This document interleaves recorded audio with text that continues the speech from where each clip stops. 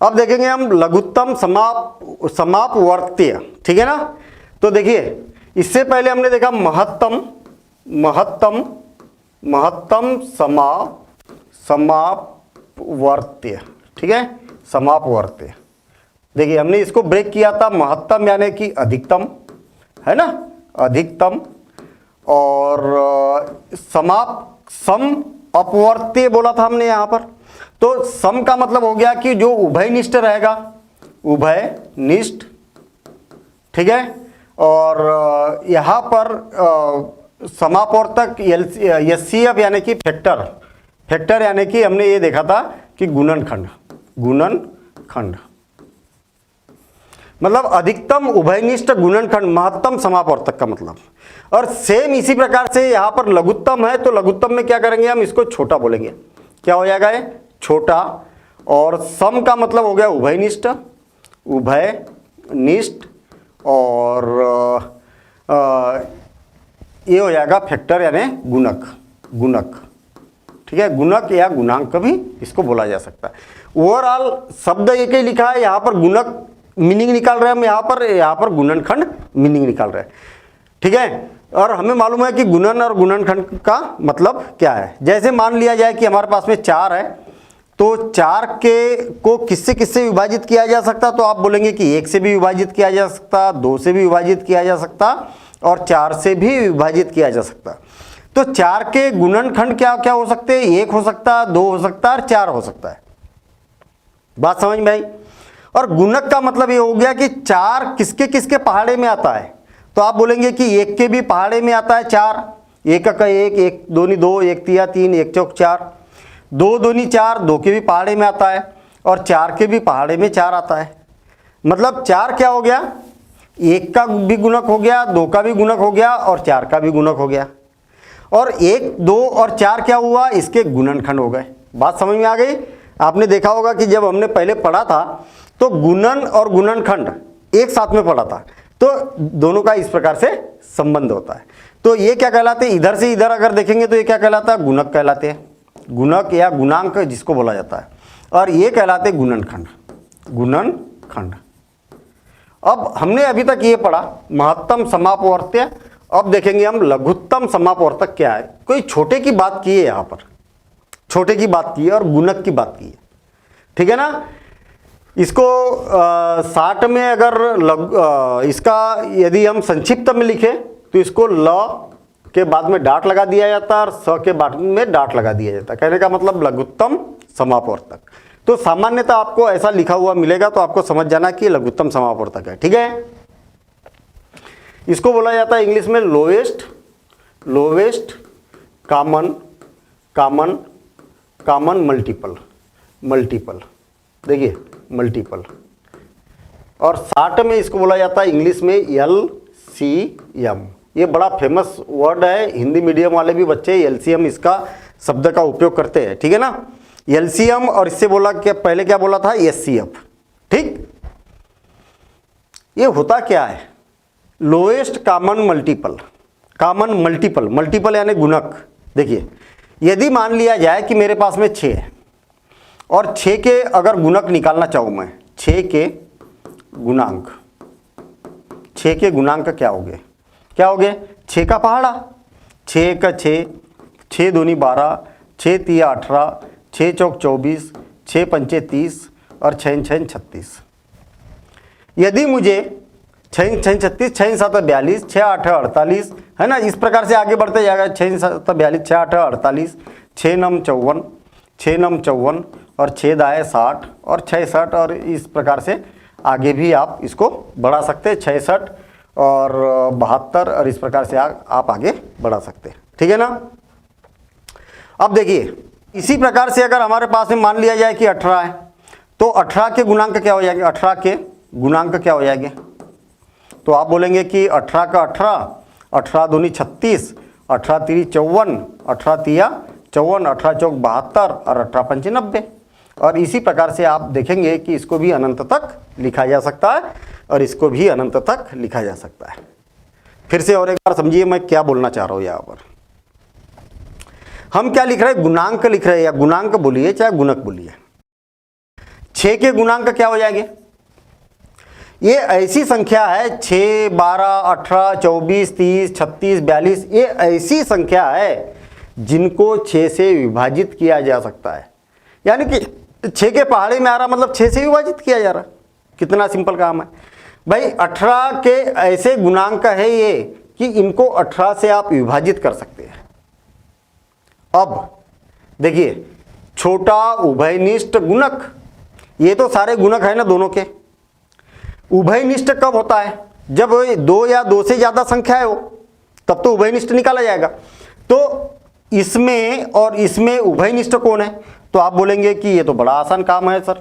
देखिए उभयनिष्ठ कौन है? तो एक तो 6 है, 6 नहीं है उभयनिष्ठ, जो दोनों में आए। देखिए इसमें 18 आया, इसमें भी 18 आया, ये उभयनिष्ठ है। इसमें 36 आया, इसमें भी 36 आ गया, बहुत बढ़िया। इसमें 54 आया, इसमें भी 54 आ गया, ये देखिए ये उभयनिष्ठ है। और इसमें 72 आया और इसमें भी 72 आया, इसमें भी 72, ये है 72। दोनों गुणक में उभयनिष्ठ कौन है? ये है। तो सबसे छोटे की बात की है तो सबसे छोटा उभयनिष्ठ कौन है? सबसे छोटा उभयनिष्ठ कौन है? तो आप बोलेंगे कि ये 18 सबसे छोटा उभयनिष्ठ है। तो हम बोलेंगे यहां पर कि 6 तथा 18 का लघुत्तम समापवर्त्य, लघुत्तम समापवर्त्य बोलिए चाहे समावर्तक बोलिए, बात एक ही है। क्या होगा? 18 होगा। अब क्वेश्चन ये उठता है कि सर हमने उसमें महत्तम देखा था, इसमें लघुत्तम देख रहे हैं। बड़ी अजीब सी बात है, क्या क्या याद रखेंगे जीवन में हम, ठीक है ना। मैथ्स में जब चाहे तब नया चैप्टर चालू हो जाता है, नया टॉपिक चालू हो जाता है, उसमें कभी छोटा देखते हैं, कभी बड़ा देखते हैं, कभी कुछ देखते हैं, और हमें याद रखना पड़ता है ये सारी बातें। इसका हमें महत्व कहाँ है, पर कहाँ पर हमें जरूरत पड़ेगी इसकी? तो इसका भी बड़ा महत्व है भाई। जो चीज़ें महत्वपूर्ण होती है, जो हमारे जीवन में काम आती है, वही चीज़ें आपको यहाँ पर टॉपिक में सिखाई जाती है, ठीक है ना। इसका क्यों महत्व नहीं है भाई? 36 भी तो इसका गुणांक है, दोनों का उभयनिष्ठ गुणांक है, तो 36 की क्यों बात नहीं की जा रही है यहाँ पर? 54 की क्यों बात नहीं की जा रही है? 72 की क्यों बात नहीं की जा रही है? इससे बड़ा, सबसे बड़ा गुणांक कौन होगा? तो यही अनंत तक जाएगा, ये भी अनंत तक। तो बड़ा तो पता ही नहीं कि कौन होगा, अनंत तक जा रहा तो हम नहीं बता पाएंगे। इसका महत्व क्यों है? तो इस बात को समझे। पहली बात तो ये क्लियर हो जाए कि हमें लघुत्तम समापवर्त्य बात समझ में आ गई कि लघुत्तम समापवर्तक क्या होता है। लघुत्तम यानी सबसे छोटा। हमें जिसका जिसका लघुत्तम समापवर्तक निकालना है तो उसके गुणांक देखना पड़ेगा, और जो सबसे उभयनिष्ठ गुणांक रहेगा, सबसे छोटा, वो क्या हो जाएगा? लघुत्तम हो जाएगा। ये बात तो समझ में आ गई। अब क्वेश्चन ये उठता है कि सर इसका उपयोग कहाँ करेंगे? तो देखिए इसका उपयोग कहाँ करेंगे? दैनिक जीवन में कई बार इसका उपयोग होता है। कैसे? एक पहेली सुलझाते हम। क्या हुआ? रामू और गोपाल दो बहुत बढ़िया दोस्त है, बहुत अच्छे दोस्त है ना, और एक ही क्लास में पढ़ते भी है, और मॉर्निंग वॉक पर जाते हैं, वो घूमने जाते हैं सुबह के टाइम में, और दौड़ते हैं वहाँ पर। मॉर्निंग में जाते हैं घूमने ग्राउंड में, और वहाँ पर दौड़ते हैं। और ग्राउंड, एक ग्राउंड है ऐसा, गोल गोल ग्राउंड है, और यहाँ से दौड़ना शुरू करते हैं। ध्यान देना बात को, कहाँ से शुरुआत करते हैं भाई? कहीं ना कहीं से शुरुआत करेंगे ना। रामू भी और गोपाल भी यहीं से दौड़ना चालू करते हैं, रामू और गोपाल, और इसके चक्कर लगाना चालू करते हैं। आई बात समझ में? रामू क्या करता है? रामू क्या करता है? इसका जो एक चक्कर है वो 6 मिनट में लगा लेता है, फास्ट है, ठीक है। और गोपाल क्या करता है? बहुत ज़्यादा टाइम लगाता है भाई, ये तो बड़े आराम से दौड़ता है, ये 18 मिनट में चक्कर लगाता है एक। रामू क्या करता है? 6 मिनट में ही चक्कर लगा लेता है, और ये 18 मिनट में चक्कर लगा लेता है। दोनों एक साथ एक ही बिंदु पर कब मिलेंगे? क्वेश्चन समझ में आया? पहली समझ में आई? अब आप इस पहली को सुलझाते रहो, समझ में नहीं आएगा कि कितने मिनट बाद दोनों एक दूसरे से मिलेंगे। आई बात समझ में। हम सोचेंगे कि अरे यार रामू इतना, फिर गोपाल इतना, सोचते रह गए और कई बार कभी आंसर निकाल भी लेंगे, कभी आंसर नहीं भी निकालेंगे। लेकिन आपको अगर पता है एलसीएम लेना, कितने कम समय में कौन कितना दौड़ सकता है। देखिए रामू ने क्या किया, मैं सुलझाने की कोशिश कर रहा हूँ यहाँ पर। रामू ने क्या किया, एक चक्कर लगाया, यहाँ से एक चक्कर लगाया, कितने मिनट दौड़ा वो, 6 मिनट। कहाँ पर पहुँचा, यहाँ पर। रामू इसने क्या किया, गोपाल ने 6 मिनट में कहाँ पर पहुँचा भाई, ये गोपाल तो 6 मिनट में यहीं तक पहुँचा होगा, क्योंकि एक चक्कर लगाने में कितना टाइम लगता है उसको, 18 मिनट लगते हैं। तब तक गोपाल फिर आगे दौड़ा और दूसरा चक्कर लगा दिया और 6 मिनट ले लिए उसने, और फिर यहाँ पर पहुँच गया, वो पहुँच गया, इस बिंदु पर पहुँच गया। और गोपाल अभी तक पहुँच ही नहीं पाया, यहाँ तक ही पहुँच पाया वो, क्योंकि 12 ही तो मिनट हुए उसको तो 18 मिनट लगते हैं। तब तक फिर इसने, गोपाल ने और एक चक्कर लगा दिया तो 6 मिनट हो गए फिर से, और तीनों को अगर जोड़ दिया जाए तो 18 मिनट दौड़ गया ये, और यहाँ पर पहुँच गया। और ये पहले 6 मिनट में यहाँ पहुँचा, दूसरे 6 मिनट में यहाँ पहुँचा, और तीसरे 6 मिनट में यहाँ पर पहुँचेगा। ठीक है, यहाँ पर पहुँचेगा। तो इसने क्या किया, एक ही चक्कर लगाया, लेकिन कितने मिनट लग गए इसको, 18 मिनट लग गए। पहले 6 मिनट में, फिर 12 मिनट में यहाँ पहुँच गया, फिर 18 मिनट में यहाँ पर पहुँच गया। तो दोनों एक साथ कब मिलेंगे, तो 18 मिनट बाद दोनों एक साथ मिलेंगे। और वैसे सुलझाओ आप। अभी तो क्वेश्चन आसान था, लेकिन अब मालूम है आपको, दोनों चक्कर लगाते रहेंगे। 18 मिनट बाद पहली बार मिलेंगे दोनों, और फिर उसके बाद 36 मिनट बाद, देखिए कितने सारे आंसर मिल गए आपको। दूसरी बार 36 मिनट के बाद मिलेंगे वो दोनों, तीसरी बार 54 मिनट के बाद में मिलेंगे, और अगली बार 72 मिनट के बाद में मिलेंगे दोनों। तो कितना बड़ा क्वेश्चन सॉल्व किया आपने। छोटा मोटा क्वेश्चन थोड़ी है, छोटी मोटी पहेली थोड़ी है ये, ठीक है ना। कई बार क्या होता है कि ऐसा 3-4 बच्चे दौड़ रहे हैं और कितने मिनट बाद मिलेंगे ऐसा बोला है। तो एक ही प्रश्न नहीं है, ऐसे कई सारे प्रश्न मिलेंगे। अभी हम प्रश्न वाली भी हल करेंगे ना। देखिए अब क्या है कि क्वेश्चन ये उठता है कि सर यहाँ पर क्या हमें इसमें मेहनत बहुत ज़्यादा करनी पड़ रही है। मेहनत कैसी भाई, 6 के गुणज लिखिए, पूरे इतने सारे गुणज लिखेंगे, फिर 18 के गुणज लिखेंगे, और जब संख्याएं बड़ी आ जाएगी तो फिर तो और भी ज़्यादा मेहनत करना पड़ेगा। तो क्या इसकी और कोई विधि नहीं है क्या, तो इसको हम दूसरे तरीके से भी हल कर सकते हैं। कैसे हल कर सकते हैं, देखिए ध्यान देना इधर, इसको कैसे हल किया जा सकता, मैं इसको हटा देता हूँ। ठीक है, इसको कैसे हल किया जा सकता, किसका निकाला था हमने, 12 का, 6 का और 18 का हमने लघुत्तम समापवर्तक निकाला था। 12, 6 का और 18 का, है ना, दोनों का लघुत्तम समापवर्तक ज्ञात किया था। हम क्या करते, 6 के अभाज्य गुणनखंड निकाल लेते, अभाज्य गुणनखंड ज्ञात कर लेते। गुणनखंड आ गई क्या बात समझ में। और ये काम जो पहले काम किया था उससे आसान है। अभाज्य गुणनखंड का मतलब ये है कि सबसे छोटा अभाज्य कौन होता है, अभाज्य संख्या 2, उसके बाद 3, इसके बाद 5, इसके बाद 7, 7 के बाद 11, 13, 17, 19 और इस प्रकार से 23। और ये क्या है, अभाज्य संख्या है, हमें मालूम है। हमने 1 से लेकर 100 तक की अभाज्य संख्याएं याद करके रखे हैं, ठीक है ना। तो हमें अभाज्य गुणनखंड ज्ञात करना है, तो ये काम बड़ा आसान है। 6 है, 6 को 2 से विभाजित किया तो 3 बार, और 3 को 3 से विभाजित किया तो 1 बार, यानी कि 2 गुणित 3 इसको लिखा जा सकता है। क्या लिखा जा सकता, 2 गुणित 3। चलिए, क्योंकि 2 भी अभाज्य है, 3 भी अभाज्य है। हमारे पास में 18 है, 18 के अभाज्य गुणनखंड क्या है, 2 से विभाजित करेंगे तो 2 9 18, 3 से विभाजित करेंगे तो 3 3 9, और फिर 3 से विभाजित करेंगे तो 1 बार, यानी कि 18 के अभाज्य गुणनखंड, अभाज्य गुणनखंड क्या हो जाएंगे, 2 गुणित 3 हो गए।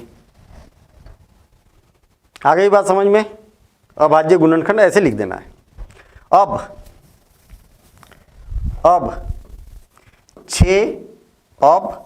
6 तथा 18 का लघुत्तम समापवर्तक, डायरेक्ट लघुत्तम समापवर्तक लिखना है हमें। क्या होगा, सबसे पहले तो एक अभाज्य गुणनखंड की बात करते 2 की। 2 इसमें कितने बार आया, तो आप बोलेंगे 1 बार। इसमें 2 कितने बार आया, आप बोलेंगे 1 बार। तो इसको 2 को लिख दो। और कितने बार लिखना है, इसमें और इसमें अधिकतम बार जितने बार आया उतने बार लिखना है। 2 इसमें कितने बार आया, 1 बार। इसमें कितने बार आया, 1 बार। तो आपको 1 बार लिखा। अगर इसमें 1 बार आता है, इसमें 2 बार आता, तो आप 2 बार लिखते। अधिकतम बार जिसमें भी आया उतने बार लिखना है आपको। अब देखिए गुणित 3, इसमें अगला अभाज्य कौन है, 3 है। 3 इसमें कितने बार आया, 1 बार। इसमें कितने बार आया, 2 बार। ज्यादा बार जो आता है उसको लिखा जाता है। तो ज्यादा बार कौन आया, 3 गुणित 3। और कितना हो जाएगा, 3 तिया 9, 9 दूनी 18। और ये होगा, बस हो गया काम। तो पहले की अपेक्षा ये आसान हुआ, आसान हुआ। तो आप बोलेंगे बिल्कुल आसान है सर, ये तो ज़्यादा अच्छा है। ये क्या हो गया, दूसरा तरीका हो गया। ये क्या है, दूसरी विधि हो गई, सेकेंड विधि। और इससे पहले जो हमने की थी वो क्या थी, पहली विधि थी गुणनखंड ज्ञात करने की। और यहाँ पर आप इस विधि में आप यहाँ पर नोट कर लीजिए, नोट कर लीजिए, नोट। और नोट करके ये लिखिए कि इस विधि में अभाज्य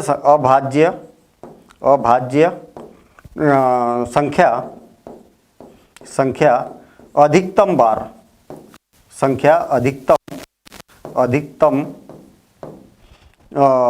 अधिकतम जितनी बार आए, जितनी अधिक बार, अधिकतम जितनी बार आए उनका गुणा किया जाता है। उनका गुणनफल लघुत्तम समापवर्तक होता है। आई बात समझ में। इसमें 2 कितने बार आया, 1 बार। और इसमें भी 1 बार आया। अधिकतम बार जिसमें आएगा उसको लिखना है। तो दोनों में 1 बार आया तो 1 बार लिखेंगे। 3 इसमें 1 बार आया, इसमें 2 बार आया तो 2 बार लिखेंगे, ऐसा। अभी फिर और कुछ उदाहरण देखेंगे हम, तो वहां पर बातें और स्पष्ट समझ में आ जाएगी। अब देखिए हमारे पास में कुछ उदाहरण है। 12 और 18 का लघुत्तम समापवर्तक ज्ञात कीजिए। तो 12 के अभाज्य गुणनखंड क्या हो गया, 12 को सबसे पहले सबसे छोटा अभाज्य संख्या कौन है, 2 है, तो 2 से 6 बार किया। और कौन 2 से भाग जा रहा, तो 2 से 3 बार दिया। अब किससे भाग जा रहा, तो 3 से, तो 3 का 1 बार भाग गया। अभाज्य गुणनखंड क्या है, 2 गुणित 2 गुणित 3, ये हो गया। अब 18 के अभाज्य गुणनखंड, ये वाली विधि अच्छी है, अभाज्य गुणनखंड। और इसके बाद में हम तीसरी भी विधि समझेंगे यहां पर, ठीक है ना। इससे भी और अच्छी विधि समझेंगे। देखिए 18 को आपने विभाजित किया किससे, 2 से, तो 2 9 18। फिर 3 से विभाजित हो रहा तो 3 बार, फिर 3 से विभाजित हो रहा तो 1 बार। जब तक 1 आ जाए तब तक आपको हल करते जाना है। तो क्या हो जाएगा, 2 गुणित 3 गुणित 3, ये हो गया। अब 12 तथा 18 का लघुत्तम समापवर्तक क्या हो जाएगा, 2 इसमें कितने बार आया और इसमें 1 बार। ज्यादा बार जिसमें आएगा उतने बार लिखेंगे हम। ये 2 बार आया तो 2 बार लिखेंगे, 2 गुणित 2। आई बात समझ में, गुणित। अगला अभाज्य कौन है, 3 इसमें कितने बार आया, 1 बार। इसमें कितने बार आया, 2 बार। अधिकतम वाले को लिखना है आपको। तो इसमें 2 बार आया तो 3 गुणित 3, 1 बार नहीं लिखेंगे, 2 बार अधिकतम वाले को लिखना है। और क्या हो जाएगा, इसका गुणा करेंगे तो 3 तिया 9 और 2 दूनी 4। देखिए 4 गुणित 9 और 9 चौक 36। तो लघुत्तम समापवर्तक क्या हो जाएगा, ये इतना होगा। ये संख्या ऐसी संख्या है, ऐसी छोटी से छोटी संख्या है जिसको इससे भी विभाजित किया जा सकता और इससे भी विभाजित किया जा सकता। ये बात याद रखना। लघुत्तम समापवर्तक का मतलब क्या है, ये ऐसी छोटी से छोटी संख्या, इससे छोटी कोई भी संख्या नहीं हो सकती है। ऐसी छोटी से छोटी संख्या है जिसको 12 से भी विभाजित किया जा सकता और 18 से भी विभाजित किया जा सकता। देखिए 12 तिया 36 और 18 दूनी 36 हो गया ना। तो ये सबसे छोटी संख्या है ऐसी। ठीक, अब देखिए नेक्स्ट अगला 24 और 90 का लघुत्तम समापवर्तक ज्ञात कीजिए।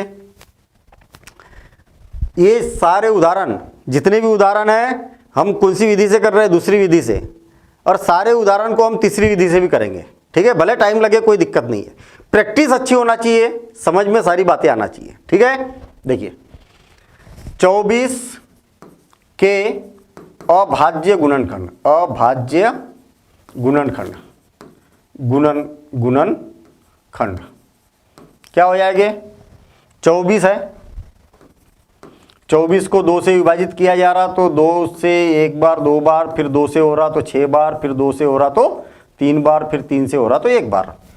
कहने का मतलब इसको लिखा जा सकता 2 गुणित 2 गुणित 2 गुणित 3।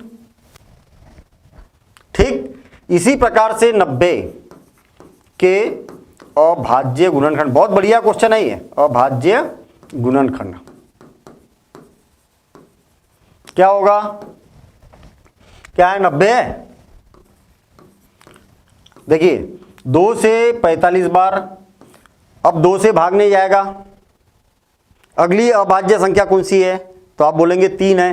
3 से भाग जा रहा क्या, तो बिल्कुल जा रहा, 3 का 3 और 3 5 15, फिर 3 से जा रहा तो 3 5 15, फिर 5 से जाएगा तो 5 का 5। मतलब इसको लिखा जा सकता 2 गुना 3 गुना 3 गुना 5, ऐसा लिखा जा सकता।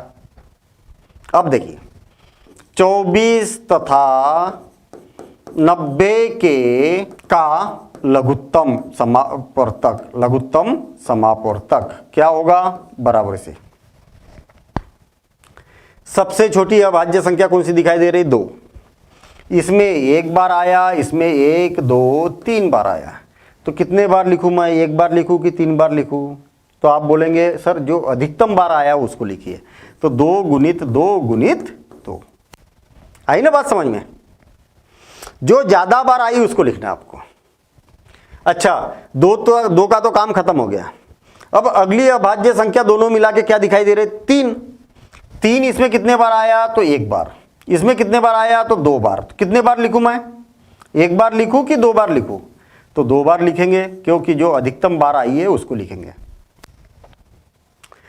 फिर अगली अभाज्य संख्या कौन सी दिखाई दे, 2 3 और 5 ही तो दिखाई दे रहा है। अब 5 इसमें कितने बार आया, तो 1 भी बार नहीं आया, और इसमें कितने बार आया, 1 बार आया। तो 0 बार आया वो ज्यादा है कि 5 बार आया वो ज्यादा है, तो ये है ना ज्यादा, तो 1 बार। आ गई बात समझ में भाई, इसमें 5 है ही नहीं, लेकिन इसमें तो है, इसमें 1 बार है तो 1 बार लिखा। अगर इसमें है ही नहीं और इसमें 2 बार होता तो फिर हम 2 बार लिखते। अधिकतम बार लिखना है आपको। ठीक है, चलिए अब इसका गुणनफल निकाल लेता हूं मैं। 2 दूनी 4, 4 दूनी 8, और 3 का 9 और 5। भाई गुणनफल करना है, मैंने इतने का पहले कर लिया, फिर इतने का कर लिया, और इसको जैसे के वैसे लिख दिया। अब ये दोनों का कर देता हूं मैं, एक साथ चाहो तो एक साथ कर दो। देखिए 5 तिया 15, 15 तिया 45, 45 दूनी 90, 90 दूनी 180, 180 दूनी 360, है ना। तो ऐसा भी आप कर सकते हैं। 8 नम 72 और गुणित 5, तो 5 दूनी 10 और बचा 1, 7 5 35 और 36, तो 360। इतना होगा लघुत्तम समापवर्तक। या लास्ट में आप लिख सकते हैं अतः 24 तथा 90 का लघुत्तम समापवर्तक कितना होगा, 360 होगा। ठीक है, चलिए अगला क्वेश्चन, वो अगला उदाहरण क्या है, 40, 48 और 45 का लघुत्तम समापवर्तक ज्ञात कीजिए। 40 के अभाज्य गुणनखंड निकालेंगे हम, 40 के अभाज्य गुणनखंड क्या हो गए, 40 को विभाजित करेंगे 2 से, कितना होगा, ये 20 बार हो गया, फिर 2 से हुआ तो 10 बार हो गया, फिर 2 से हो गया तो 5 बार हो गया, फिर 5 से हुआ तो 1 बार हो गया। मतलब इसको लिखा जा सकता है 2 गुणित कितने बार आया, 3 बार, 2 गुणित 2 गुणित 5, ऐसा लिखा जा सकता है। और कौन है 48, 2 से 2 बार 4 बार, 2 से 1 बार 2 बार, 2 से 6 बार, 2 से 3 बार और 3 से 1 बार, मतलब 1 2 3 4, 4 बार 2 2 आया है। 48 के अभाज्य गुणनखंड, अभाज्य अभाज्य अभाज्य अभाज्य गुणनखंड क्या हो जाएंगे, 1 2 3 4, 4 बार आया है 2 2, तो 2 गुणित 2 गुणित 2 गुणित 2 गुणित फिर 3 आया, बस हो गया। आसान काम है ना, अभाज्य गुणनखंड निकालना है। बस ये बात मालूम होना चाहिए कि अभाज्य संख्या कौन सी होती है, 2 होती है, 3 होती है, 5 होती है, फिर 7 होती है, फिर 11 होती है, इस प्रकार से है ना। तो ये संख्या मालूम होना चाहिए। और ये अभाज्य संख्याओं के बारे में हमने पहले बहुत अच्छे से डिटेल में पढ़ा है, पहले मतलब इतना भी पहले नहीं, इसी चैप्टर में, ठीक है ना। 1 से लेकर 100 तक कौन से अभाज्य संख्या होती है, 25 जो अभाज्य संख्या होती है उसकी हमने लिस्ट भी देखी थी किस प्रकार से निकाला जाता है। अब 45 के अभाज्य गुणनखंड, अभाज्य गुणनखंड कितने हो गए, 45। 45 को 2 से विभाजित नहीं किया जा सकता क्योंकि इकाई के अंक में सम संख्या नहीं है। 3 से विभाजित किया जा सकता क्योंकि 5 और 4 का योगफल 9 होता है और 9 को 3 से विभाजित किया जा सकता है, ठीक है। तो 3 का 3, 3 5 15, फिर 3 से विभाजित होगा तो 3 5 15 और फिर 5 से विभाजित होगा तो 1। इसको लिखा जा सकता 3 गुणित 5। अब देखिए 40, 48 और 45 का लघुत्तम समापवर्तक बराबर से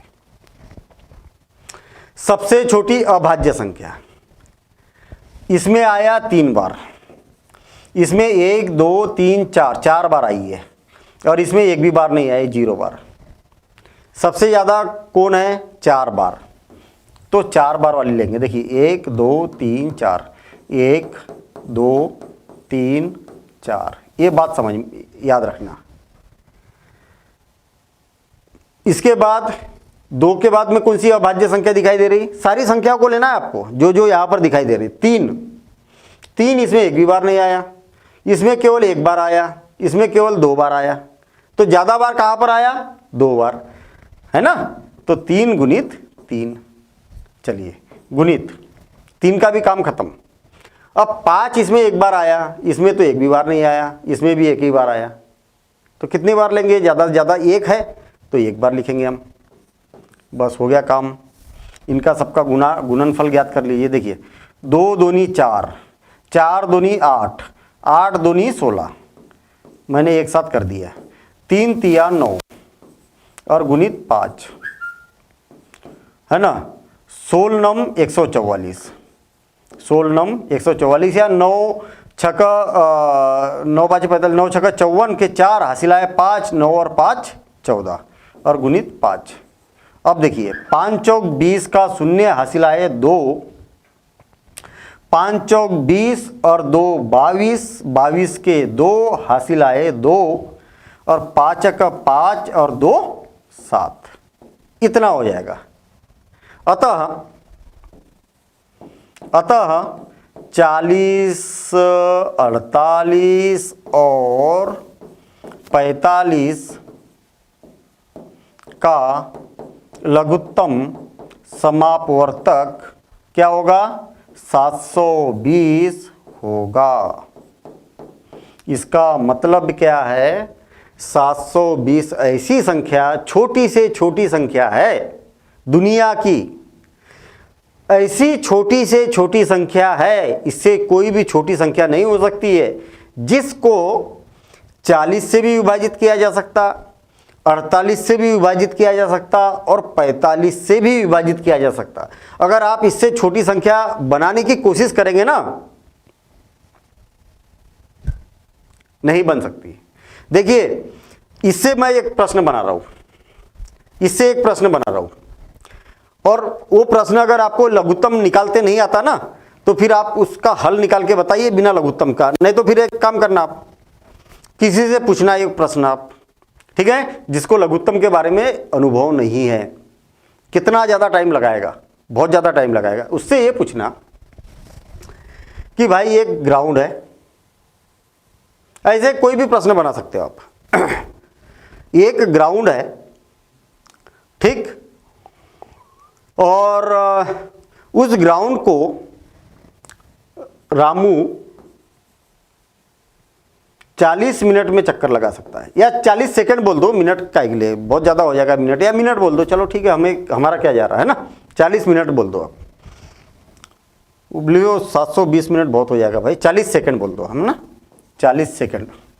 राहुल जो है, चले राहुल लिख देता हूं मैं, राहुल क्या करता है, 40 सेकंड में एक चक्कर लगाता है, यहां से जब चक्कर लगाएगा तो एक चक्कर 40 सेकंड में लगाता है राहुल। और रोहित कितने सेकंड में लगाता है? 48 सेकंड में एक चक्कर लगाता है। और जो रमेश है, चलिए आर से ले लेता हूं हम, रमेश क्या करता है, कितना टाइम लगा लेता है? 45 सेकंड में चक्कर लगाता है, हाँ, एक चक्कर। तो तीनों एक साथ दौड़ना प्रारंभ करते, यहां से दौड़ना प्रारंभ करते, तो स्वाभाविक सी बात है आगे पीछे तो हो ही जाएंगे, कोई ज्यादा तेज दौड़ रहा, कोई कम दौड़ रहा, हो गई नहीं आगे पीछे। तीनों एक साथ चक्कर लगाते रह गए, कितने मिनट बाद एक ही स्थान पर मिलेंगे, इस स्थान पर कब मिलेंगे तीनों एक साथ? तो आप बता सकते हैं कि 720 सेकंड बाद तीनों एक साथ एक बिंदु पर मिल जाएंगे। समझे? तो काम की बात हुई कि नहीं है? आप पूछना ना ऐसा किसी से, तो उनको टाइम लगेगा, या तो बता ही नहीं पाएंगे, उलझ जाएंगे वो, है ना। तो महत्तम समापवर्तक के भी हमने उपयोग देखे और लघुत्तम समापवर्तक के भी उपयोग देखे। अब अगला क्वेश्चन और है, 20, 25 और 30 का लघुत्तम समापवर्तक ज्ञात कीजिए। 20 के अभाज्य गुणनखंड क्या हो जाएंगे? 2 से 10 बार, 2 से 5 बार और 5 से 1 बार। 25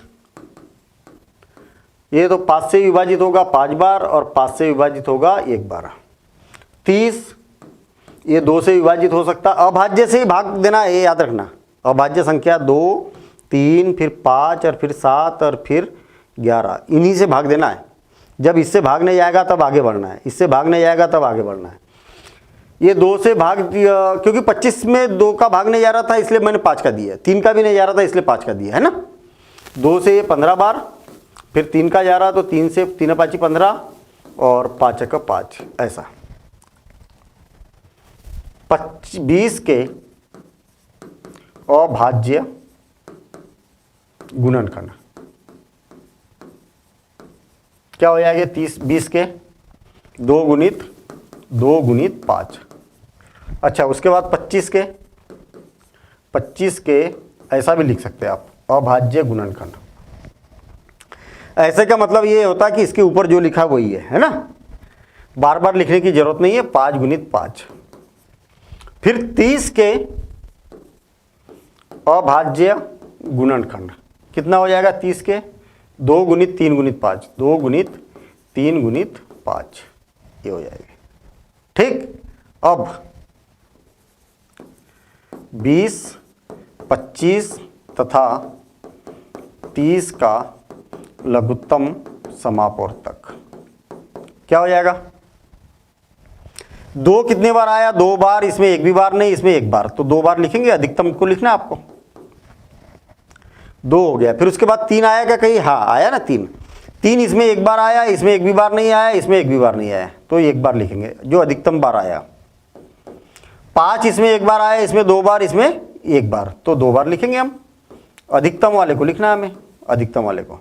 तो ये आएगा 2 दूनी 4, 4 तिया 12 और 12 पंचे 60 और 6 पंचे 30 यानी कि 300। मैंने डायरेक्ट गुना कर दिया। अतः 20, 25 तथा 30 का लघुत्तम समापवर्तक क्या हो जाएगा? 300 होगा। और एक बार चेक कर लेता हूँ मैं, सही है कि नहीं है। 50 25 और 25 3 75, 75 दूनी 150, 150 दूनी 300। ठीक है, ऐसा आप चाहो तो ऐसा भी कर सकते हैं। 2 गुणित 2 है, ऐसा कोष्टक में लिख दिया, गुणित 3 गुणित 5 गुणित 5। ठीक है, 2 दूनी कितना हो गया? 4 गुणित 3 और 50 25।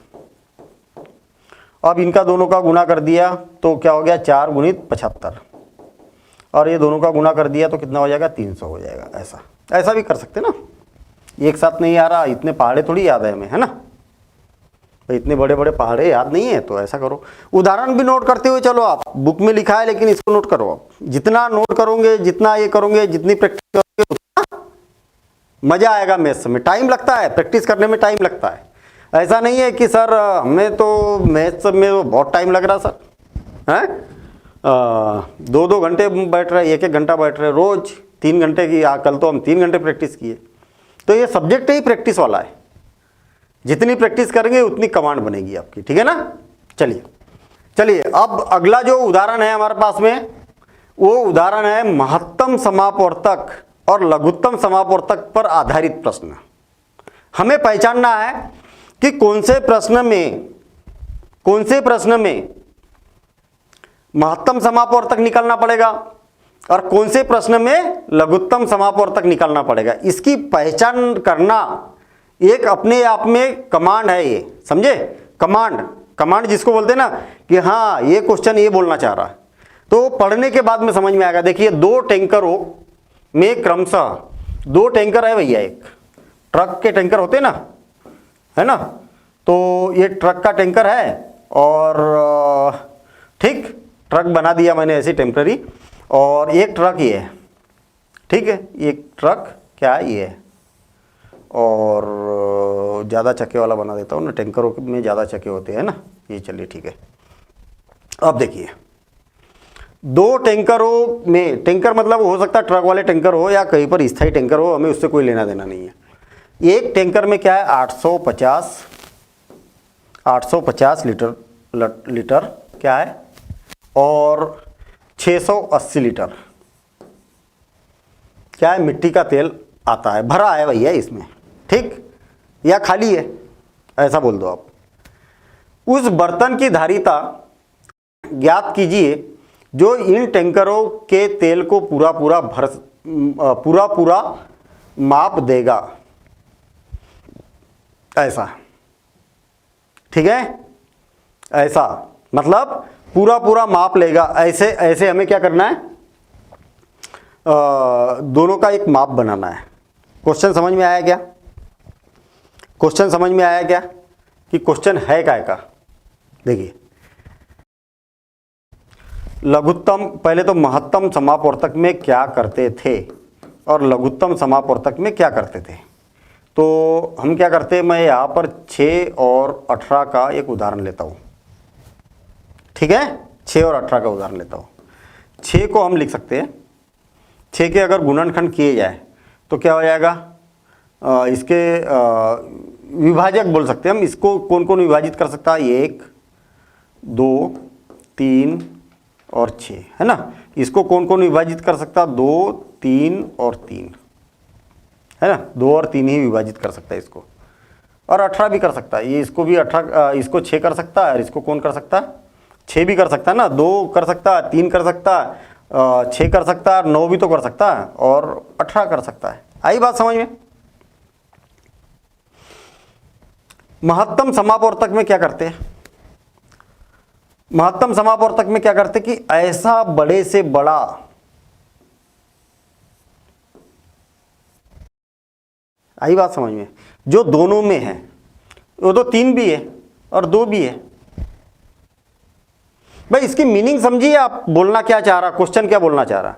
टाइम लगेगा, कोई दिक्कत नहीं, एक बार टाइम लगेगा, लेकिन इसके जैसे फिर कई क्वेश्चन आप बना सकते, समझ सकते।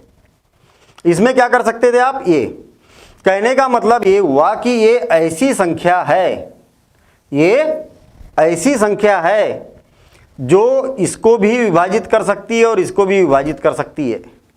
बड़ी से बड़ी संख्या, ये ऐसी बड़ी से बड़ी संख्या है जो इसको भी पूरी तरीके से विभाजित कर सकती है, इसको भी पूरी तरीके से विभाजित कर सकती है। और जो 6 है ना, वो क्या है, HCF है, HCF या महत्तम समापवर्तक है। आई बात समझ में? यदि मान लिया जाए, आप टैंकर से समझ लो, आप 6 लीटर मिट्टी का तेल और एक टैंकर में आता है 18 लीटर मिट्टी का तेल। आपको ऐसा माप चाहिए, ऐसा बड़े से बड़ा माप चाहिए। देखिए बड़े से बड़ा है कि नहीं, अधिकतम धारिता वाला माप चाहिए। ऐसे बड़े से बड़ा माप चाहिए कि जो इस टैंकर को भी माप सके और इस टैंकर को भी पूरा माप सके, यानी कि इसको भी विभाजित कर सके और इसको भी विभाजित कर सके। यही तो मतलब है इसका। तो ऐसे क्वेश्चन को पहचानना है कि भैया ये लघुत्तम का क्वेश्चन है कि महत्तम का है। ठीक है, तो क्वेश्चन को ये यहां पर अधिकतम धारिता बोला है ना, उससे भी आप पहचान सकते हैं, है ना। क्योंकि न्यूनतम धारिता वाला तो 1 भी हो सकता है, 2 भी हो सकता है, 3 भी हो सकता है, तो ये तो दोनों में भी है ना। लेकिन 6 अधिकतम धारिता वाला है। तो हम यहां पर बोल सकते हैं कि दोनों टैंकरों को, दोनों टैंकरों को के तेल को अधिकतम धारिता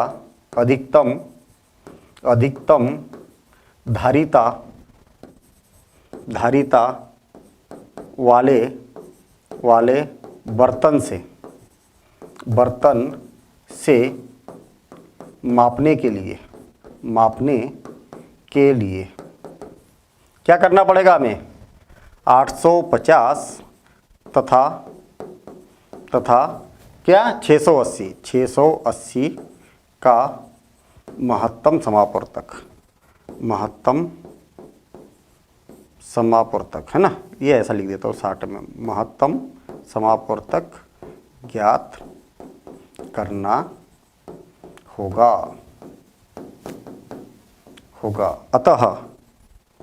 अतः उस बर्तन की धारिता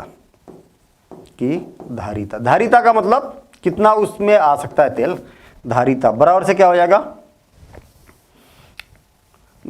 850 तथा 680 का महत्तम समापवर्तक।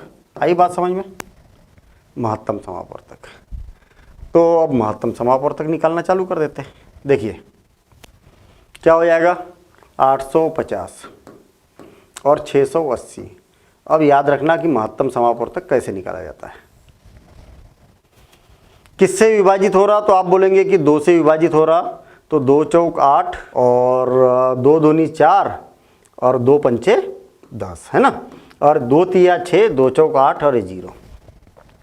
अब किससे विभाजित होगा, तो ये 2 से तो होगा नहीं, 3 से होगा क्या, तो 5 और 2 7, 7 और 4 कितना हो गया, 7 और 4 11, तो ये 3 से भी विभाजित नहीं होगा, क्योंकि 11 को 3 से विभाजित नहीं किया जा सकता। अब 5 से होगा, क्योंकि अंतिम अंक क्या है, 0 और 5 है, तो इसलिए 5 से विभाजित होगा। और 5 8 40 और 55 25 है ना, और 5 8 40 और 55 25 और 5 6 30, 5 8 40, इतना हो गया। अब किससे होगा, तो 17 से विभाजित होते हुए दिख रहा है ये, तो 17 पंचे 85 और 17 चौक 68, है ना, 17 चौक 68। अब दोनों संख्या किससे विभाजित हो रही है? तो किसी से विभाजित नहीं हो रही है दोनों संख्या। इसका मतलब जब भी हम महत्तम समापवर्तक निकालते हैं तो दोनों संख्या एक साथ विभाजित होना जरूरी है, ये याद रखना। महत्तम समापवर्तक निकालते तो क्या करना होता है? दोनों संख्या एक साथ विभाजित होना आवश्यक है। तो बराबर से क्या हो जाएगा? इनका गुणा कर दिया जाता है महत्तम समापवर्तक में, 2 गुणित 5 गुणित 17 और 17 पंचे 85, तो 2 गुणित 85, ठीक है। और ये क्या हो जाएगा? 8 दूनी 16 के 5 दूनी 10 का शून्य हासिला 1, 8 दूनी 16 और 1 17। तो 170 लीटर बर्तन की आवश्यकता पड़ेगी, अतः उस बर्तन की धारिता कितनी होगी? 170 लीटर होगी। हम यहाँ पर आखिरी में लिख सकते हैं कि अतः उस बर्तन की धारिता, अधिकतम धारिता 170 लीटर होगी, जो 850 और 680 लीटर को माप सकता है। आई बात समझ में? अब इसको नोट कर लीजिए, ठीक। और समझ में नहीं आया हो तो इस क्वेश्चन को और एक बार जरूर देख लीजिएगा, तो बातें और क्लियर हो जाएगी। तो महत्तम समापवर्तक तो हमें निकालते आता ना, महत्तम समापवर्तक निकाला, और क्यों निकाला इस बात को भी हम समझ चुके हैं। अब देखते हैं हम अगला प्रश्न। देखिए आ गया वही क्वेश्चन जो हम बार बार बात कर रहे थे।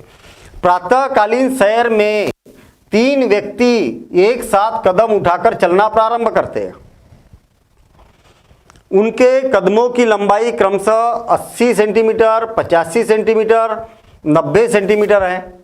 इनमें से प्रत्येक न्यूनतम कितनी दूरी चले कि वे उसे पूरे कदमों द्वारा तय कर सके। एक दूरी ज्ञात करना है, ये वाली दूरी ज्ञात करना है। जो क्या करता है?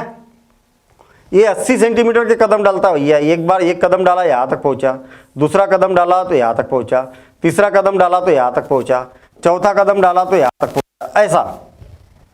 दूसरा क्या करता है? 85 सेंटीमीटर का कदम डालता है, ये थोड़ा सा बड़ा कदम डाल रहा, ये आगे पहुंच जाएगा, 2 ही कदम में इससे आगे पहुंच जाएगा, ऐसा है ना। तो इस प्रकार से ये दूसरा चलता है। और तीसरा तो और भी इससे फास्ट चलता है। देखिए पहले कदम में यहाँ पहुँच गया, दूसरे कदम में यहाँ पर पहुँच गया, तीसरे कदम में यहाँ पर पहुँचा, और ऐसे चलते जाएंगे चलते जाएंगे चलते जाएंगे। और कभी किसी भी कदम पर अगर हम देखेंगे तो कोई यहाँ पर है, कोई यहाँ पर है, और कोई यहाँ पर है, और कोई ये यहाँ पर है, ऐसा आगे पीछे रहेगी कि नहीं हमेशा। तो कब सभी के सभी यहाँ पर पहुँच जाएंगे। तो तीनों को ऐसे कितने कदम चलना पड़ेगा? कितने कदम चले कि तीनों के कदम एक साथ पड़ जाए? वही बात हो गई चक्कर वाली। इस क्वेश्चन को आप पूछ के देखना, बड़ी कक्षाओं वाले बच्चों से पूछ के देखना, ठीक है, घूम जाएगा क्वेश्चन। और जो पहेलियाँ पूछते ना आपसे कि ऐसी पहेली बताओ, ऐसी पहेली बताओ, तो उनसे ऐसी पहेलियाँ पूछ के बताना। ये पहेली तो है कि कितने कदम चले कि तीनों एक साथ ऐसा होगा, ठीक है। चलना तीनों को एक जैसे ही कदम है, ठीक है। मतलब यानी क्या बोला है? प्रत्येक को न्यूनतम कितने कदम चलने की जरूरत है प्रत्येक को, ठीक है। तो ये क्या हो जाए? उस दूरी को माप ले, ठीक। चलिए अब इसका मतलब क्या करना होगा? हमें लघुत्तम समापवर्तक ज्ञात करना होगा, क्योंकि कम से कम न्यूनतम, देखिए इन क्वेश्चनों की पहचान भी होती है कि इसमें न्यूनतम शब्द का उपयोग ज्यादातर किया जाता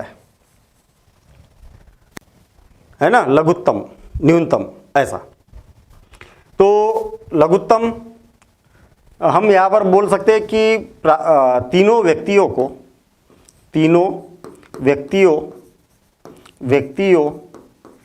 द्वारा चले गए कदमों की संख्या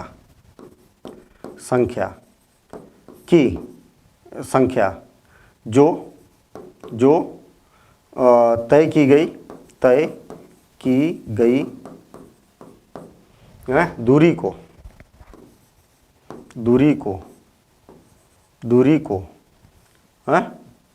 दूरी को बराबर है कदमों में तय करें, है ना, पूरे पूरे कदमों में तय करें। ऐसा इसी शब्दों में हम आंसर लिखते हैं। न्यूनतम दूरी को पूरे पूरे कदमों में तय करें, कदमों में तय करें। बराबर से क्या होगा, 80, 85 तथा 90 का लघुत्तम समापवर्तक। हमें क्या करना है, तीनों का लघुत्तम समापवर्तक ज्ञात करना है। आ गई बात समझ में? ठीक है, तो तीनों का लघुत्तम समापवर्तक कैसे ज्ञात करेंगे? 80 के अभाज्य गुणनखंड करिए तो ये 40 बार, फिर 2 से भाग करेंगे तो 20 बार, 2 से भाग करेंगे तो 10 बार, फिर 2 से भाग करेंगे तो 5 बार, और फिर 5 से भाग करेंगे तो 1 बार। 85 5 से विभाजित हो रहा तो 5 × 5 5 × 7 35, और 17 से विभाजित हो रहा तो 17 का 17, बस हो गया काम। 90 2 से विभाजित हो रहा तो 2 45 से 90, है ना, और 2 से नहीं होगा, ये 3 से होगा। ठीक है, किससे होगा, ये 3 से होगा, तो 3 × 15 45, फिर 3 से होगा तो 3 × 5 = 15, और फिर 5 से होगा तो ये 1। बराबर से सबसे छोटी अभाज्य संख्या 2 कितने बार आई है, 1 2 3 4 बार। इसमें एक भी बार नहीं आई, इसमें 1 बार आई, तो कितने बार लिखेंगे लघुत्तम में, 4 बार। 2 × 2 × 2 × 2। आ गई बात समझ में? उसके बाद में 3 को देखिए आप, तो 3 इसमें केवल 2 बार आया है, इसमें 1 भी बार नहीं आया, इसमें 1 भी बार नहीं आया, तो 2 बार लिखेंगे हम। जो अधिकतम बार आया उसको लिखना होता है गुणित। चलिए, 3 के बाद में अगली अभाज्य संख्या कौन है, तो 5 है। 5 इसमें 1 बार आया, इसमें भी 1 बार आया, और इसमें भी 1 बार आया, तो केवल 1 ही बार लिखेंगे, अधिकतम बार लिखना होता है हमें। अच्छा, 5 हो गया। अब 17 1 ही बार आया, तो 17 को 1 बार लिख देंगे हम। 17 × 5 = 85। देखिए, 2 दूनी 4, 4 दूनी 8, 8 दूनी 16, ठीक है, गुणित 3 × 9, और गुणित 17 × 5 = 85। ठीक है, या तो फिर थोड़ा सा फिर से देखिए, ये क्या हो जाएगा, 2 दूनी 4, 4 दूनी 8, 8 दूनी 16, और गुणित 3 गुणित 3 गुणित 5 गुणित 17। थोड़ी सी मेहनत करना पड़ेगा। 16 में पहले 3 का गुना कर देता हूँ मैं, तो 16 दूनी 32, 16 3 48, है ना, कितना हो गया 48, गुणित इसका और इसका गुना कर दिया, अब बचा 3 5 और 17। अब इसका इसमें गुना कर देंगे तो 8 × 24 के 4, हासिल आए 2, और 4 × 12 13 14, और गुणित 5 और गुणित 17। अब इसका 5 में गुना करेंगे तो 5 चौक 20, और 5 चौक 20, 2 22, और 2 और 5 और 2 7, और गुणित 17।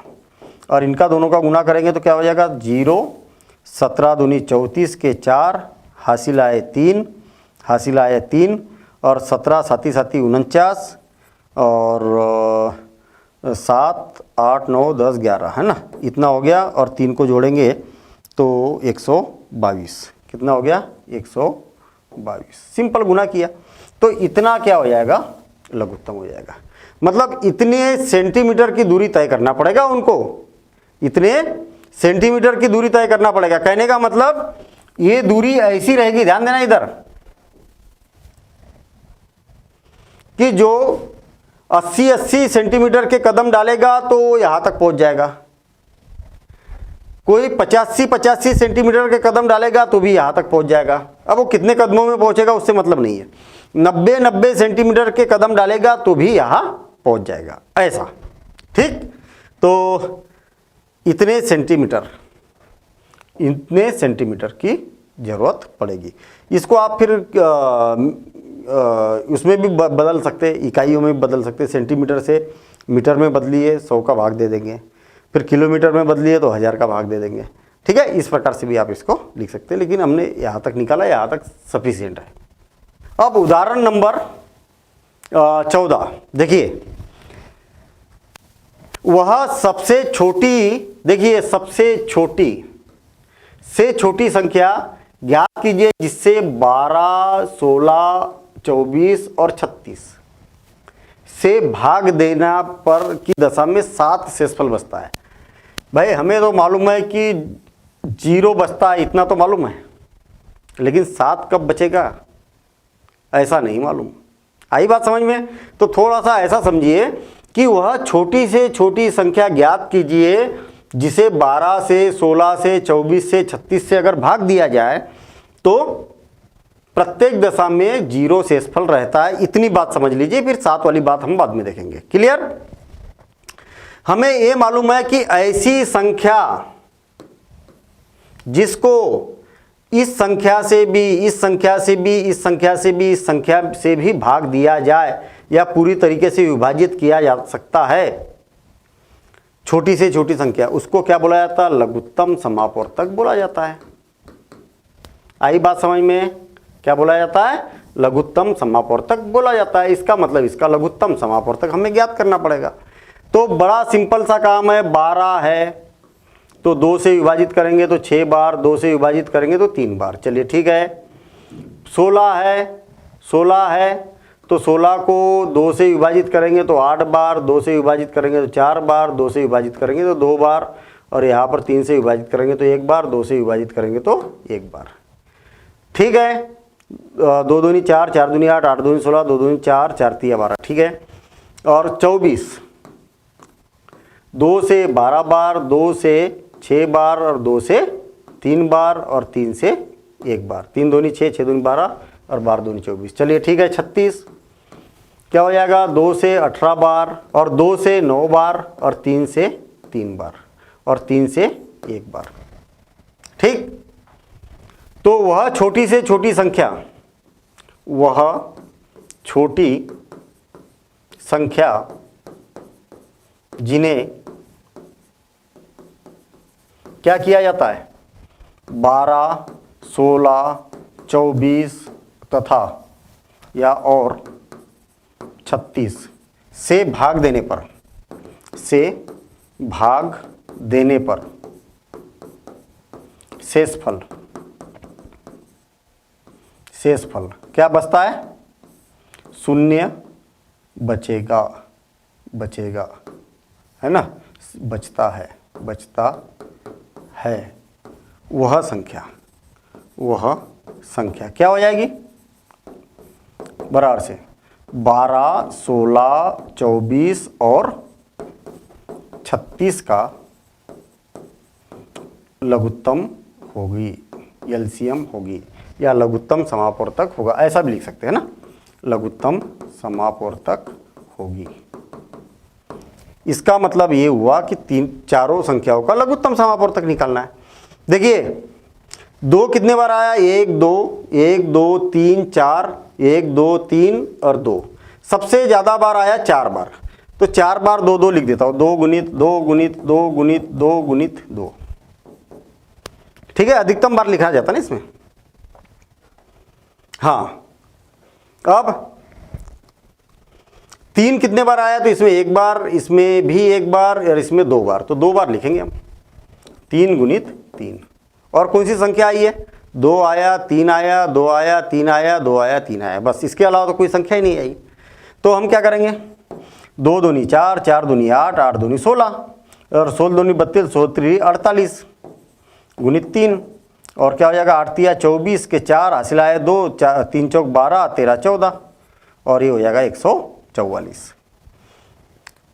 इसका मतलब ये हुआ कि 144 को किससे किससे विभाजित किया जाए? 12, 16, 24 और 36। 12 और 24 तथा 36 से विभाजित करने पर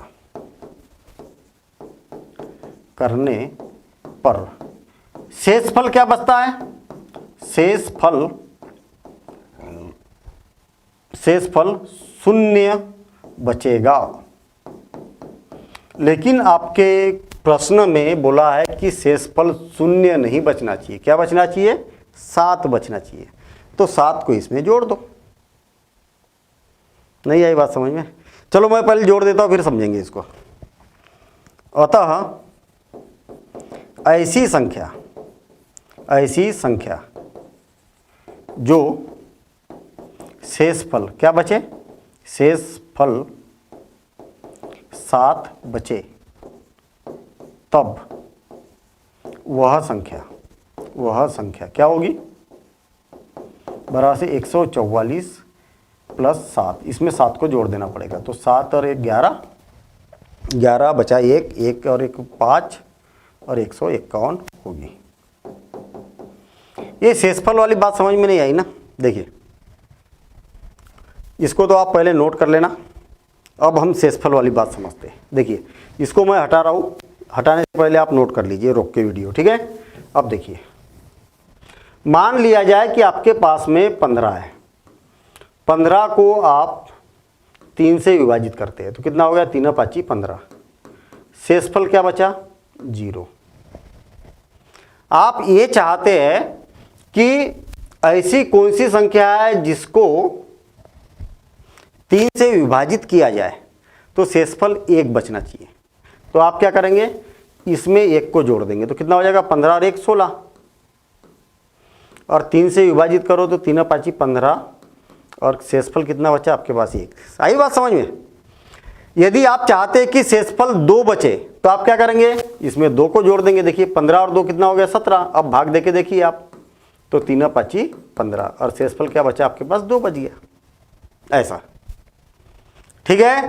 तो इसको भाग देने पर, इनसे भाग देने पर शेषफल क्या बच रहा था? 0 बच रहा था। ऐसा 144 में भाग देने पर आपको शेषफल कितना चाहिए था? 7। तो इसमें 7 को जोड़ दो तो 151। ऐसा, ठीक है ना? तो ये अपने उदाहरण यहाँ पर कंप्लीट होते हैं, कंप्लीट। लेकिन मैंने शुरू में आपको बताया था कि इसकी और एक विधि है। किसकी? लघुत्तम समापवर्तक ज्ञात करने की। और वो विधि किस प्रकार से काम करती है, तो उसके लिए हम एक आध उदाहरण इसमें से ले लेते हैं और उस विधि को हम समझते हैं। ठीक है, उस विधि को हम समझते हैं। कौन सा उदाहरण लिया जाए? हमारे पास में बहुत सारे उदाहरण हैं, तो मेरे ख्याल से ये काय का उदाहरण था? लघुत्तम समापवर्तक का ही उदाहरण था। हमें क्या करना है? हमें लघुत्तम समापवर्तक, पहले तो इसका उत्तर लिख लूँ मैं। कितना उत्तर आ रहा? 300। कितना उत्तर आ रहा? 300। अब हम दूसरी विधि समझेंगे। उसमें यह देखना है कि 300 उत्तर तीसरी विधि से आता कि नहीं आता। भाई पहले तो हमने वो गुणनखंड वाली विधि देखी थी, फिर उसके बाद में ये टेबल वाली विधि देखी, अब तीसरी विधि देख रहे हैं। देखिए, जब भी आपको लघुत्तम समापवर्तक निकालना है ना, तो कितनी संख्या का? 20, 25 और 30। जैसा महत्तम समापवर्तक निकालते थे ना, वैसा आप इसको लिख लीजिए। वैसे आप इसको लिख लीजिए। सबसे छोटी अभाज्य संख्या कौन है? 2 है। फिर कौन है? 3 है। फिर उसके बाद 5, फिर उसके बाद 7, फिर उसके बाद 11। ऐसी अभाज्य संख्या है। 2 से विभाजित हो रही क्या कोई? हाँ हो रही ना, ये भी हो रही है 10, और ये नहीं हो रही तो जैसे कि वैसे लिख दो। आई बात समझ में? ये लघुत्तम समापवर्तक और महत्तम समापवर्तक दोनों में यही अंतर है। महत्तम में क्या करते थे हम? सारी संख्याएं विभाजित होना जरूरी था। लघुत्तम समापवर्तक में एक भी संख्या विभाजित हो रही तो होने दो। आई बात समझ में? सबसे छोटा अभाज्य संख्या 2 है। 2 से 10 बार, ये नहीं हो रही तो जैसे कि वैसे लिख दो। ये कितने बार हो गई? 15 बार। ठीक है। अब और 2 से हो रही क्या कोई? अगर एक भी संख्या हो रही तो करो। 2 पंचे 10। ये हो रही क्या? नहीं हो रही है। ये हो रही क्या? नहीं हो रही है। 2 से अब कोई हो रही क्या? संख्या विभाजित नहीं हो रही है। 2 का काम खत्म। अब आ जाओ 3 पर। 3 से कोई संख्या विभाजित हो रही क्या? हाँ हो रही ना ये वाली, तो 3 से करो। ये हो रही क्या? नहीं हो रही, तो 5 जैसे के वैसे। ये भी नहीं हो रही तो 25 जैसे के वैसे, और ये 3 5 15। ये हो गया। अब 3 से हो रही क्या, तो कोई भी संख्या विभाजित नहीं हो रही भाई 3 से, तो 3 का भी काम खत्म। अब 5 पर आ जाओ। देखिए कंफ्यूजन बढ़ते जाएंगे, सर लघुत्तम में ऐसा, महत्तम में ऐसा, ये बातें आएगी। तो इतनी प्रैक्टिस करो लघुत्तम की, पहले अच्छे से प्रैक्टिस कर लो, फिर महत्तम की अच्छे से प्रैक्टिस कर लो, दिमाग में घुस जाए, हाँ महत्तम है उसमें ऐसा, लघुत्तम है उसमें ऐसा, ये बात ठीक है ना। देखिए अब 3 से हो रहा क्या, नहीं हो रहा, 3 का भी काम खत्म हो गया 5 से। हाँ 5 से ये भी हो रहा, 5 का 5, और ये 5 25, और ये 5 का 5।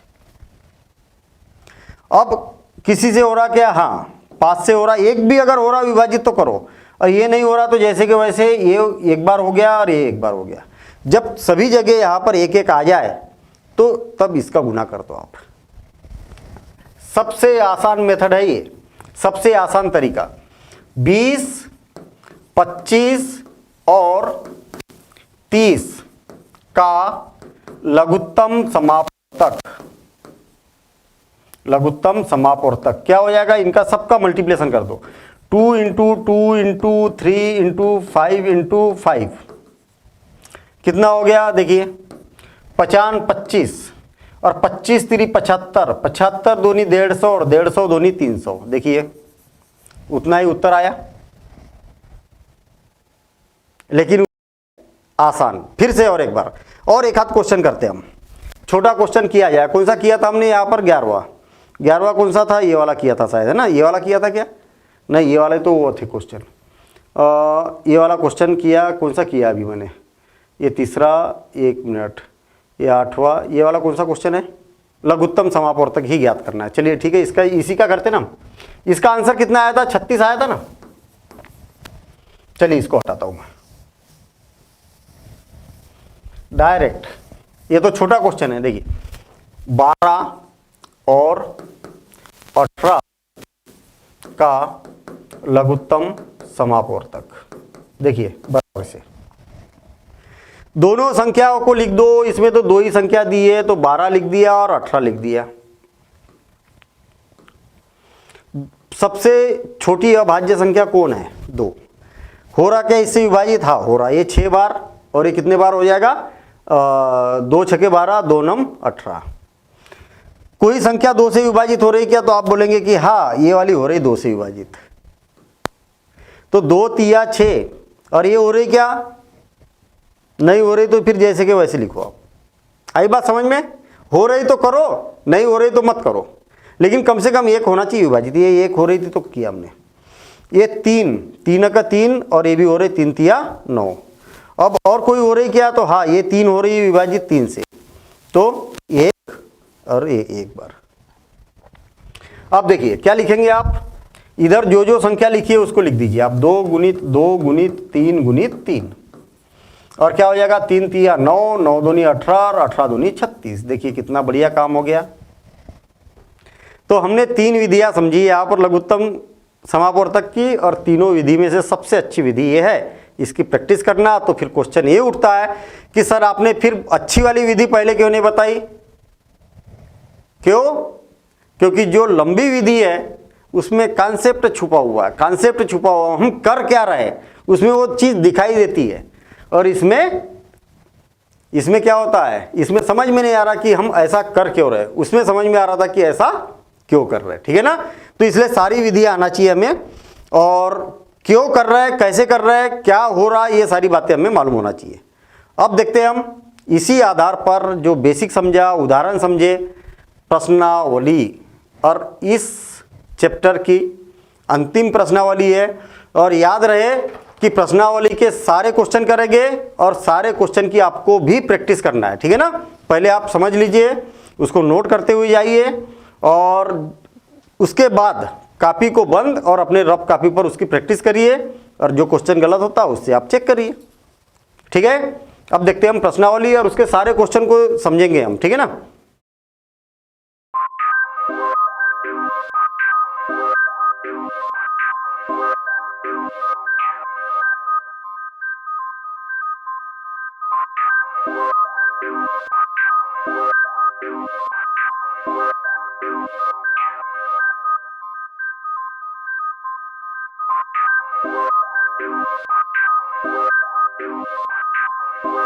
है।